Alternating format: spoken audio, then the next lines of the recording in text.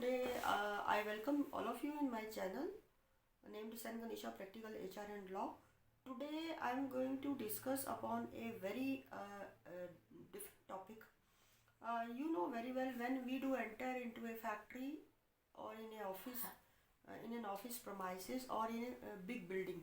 So there is a security room which is available over there, and we need to perform few formalities in order to make our entry into that premises.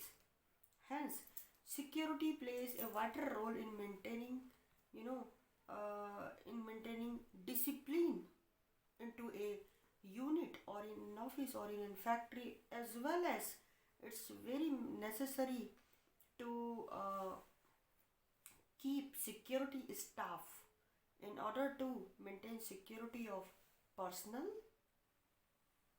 money, machine, material and building and so on. But how does the services of these security agencies are being maintained, and why companies prefer to have external security, means security personnel from the external agencies and from the contractor? Why? Yes, this question comes in our mind. Answer is very simple, because the main concept behind hiring the security personnel from the external agencies and the contractor is only that the these persons are well trained. They have their feedback there. They have their, you know, regulations are there. Strict regulations are being managed and regulated by concerned security contractors and agencies in order to keep a watch upon the activities of the security person, which may a company may not, because the person who belongs to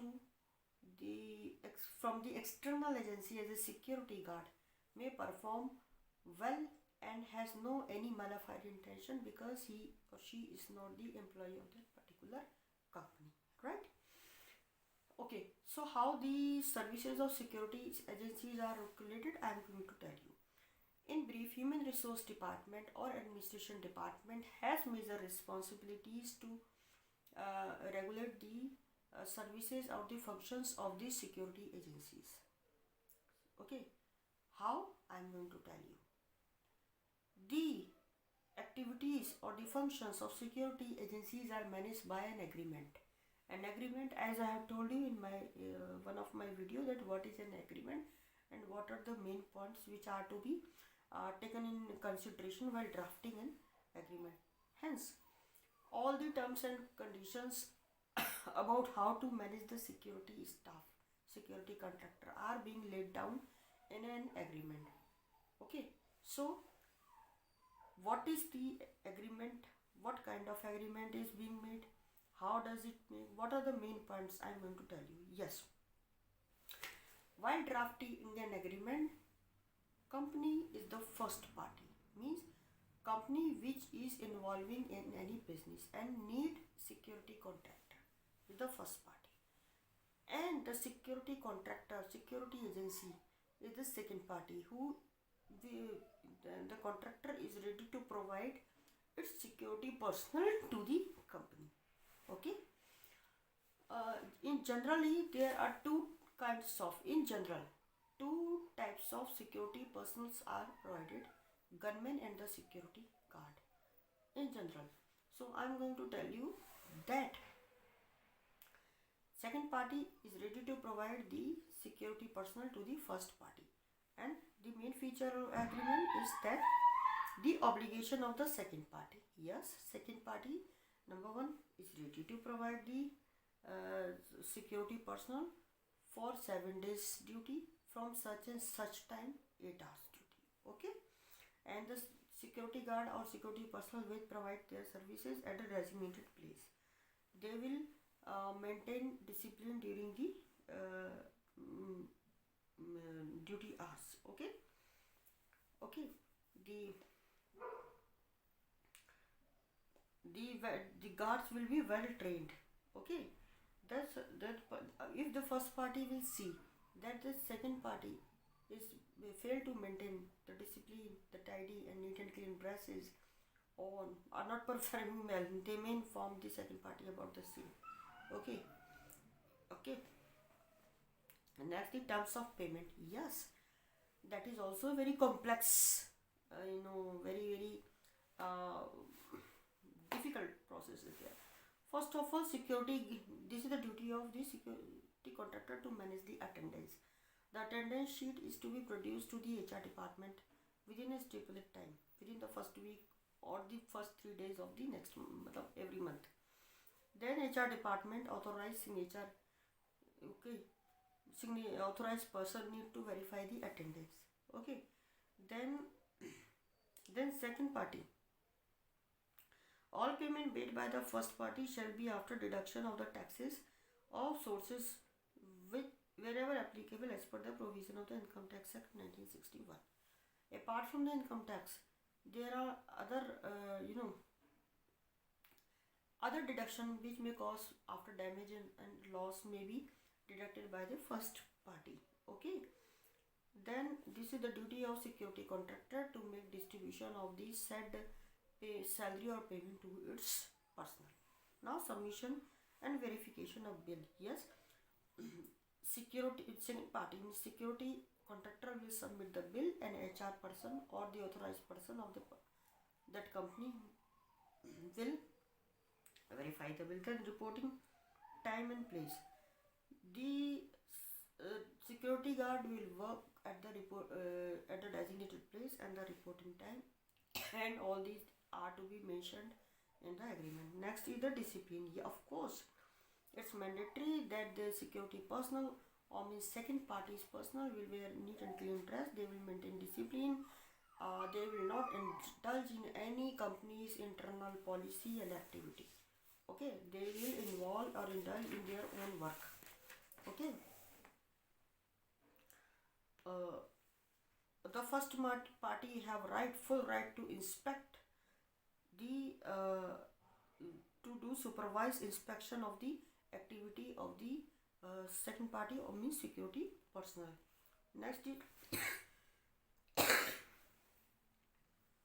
nature of agreement. Yes, this agreement for providing the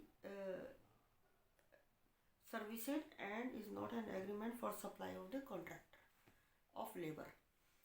Means the contract between the security contractor and the company is not the set contract which is between the labor and the labor contractor and the company, but this is the service providing agency.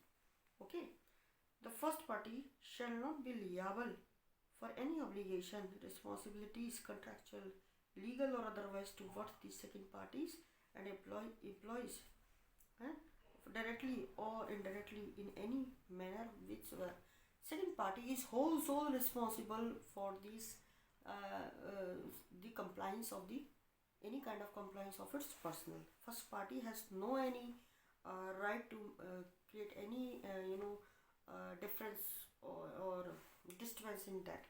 Then the statutory compliance. Of course, there is a requirement to maintain the statutory compliance. The second party shall obtain all registered licenses and the which are required under labor or other legislation for providing these services under this agreement. It shall be the second party's responsibility to ensure compliance of all the central and state government rules and regulation with regards to the provision of the service under the agreement. The second party undertake to comply with the applicable provision of the welfare legislation and more particularly with the Contract Labor Regulation and Abolition Act 1970. The second party shall give the undertaking by every 22nd day of month that in favor of the first party that it has complied with all statutory compliance. A draft of the said undertaking is attached herewith as another acts of this agreement.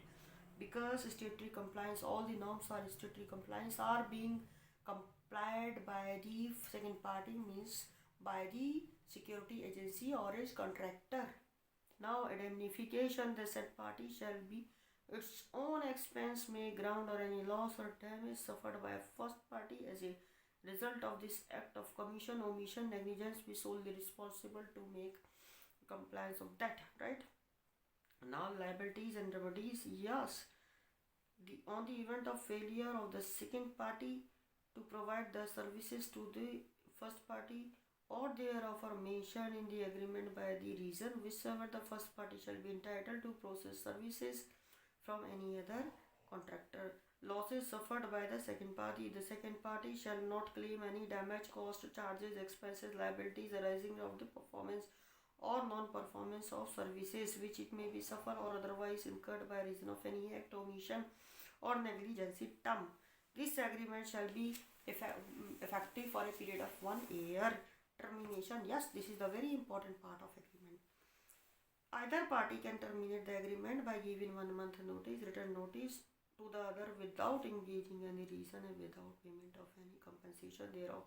However, the first party shall give only a 24-hour notice for termination with judgment to the second party when there is a major default to comply with the terms and condition of this agreement. Okay. Next, the assessment of agreement. Yes, the agreement is executed the basis of the current management structure of the second party hereinafter.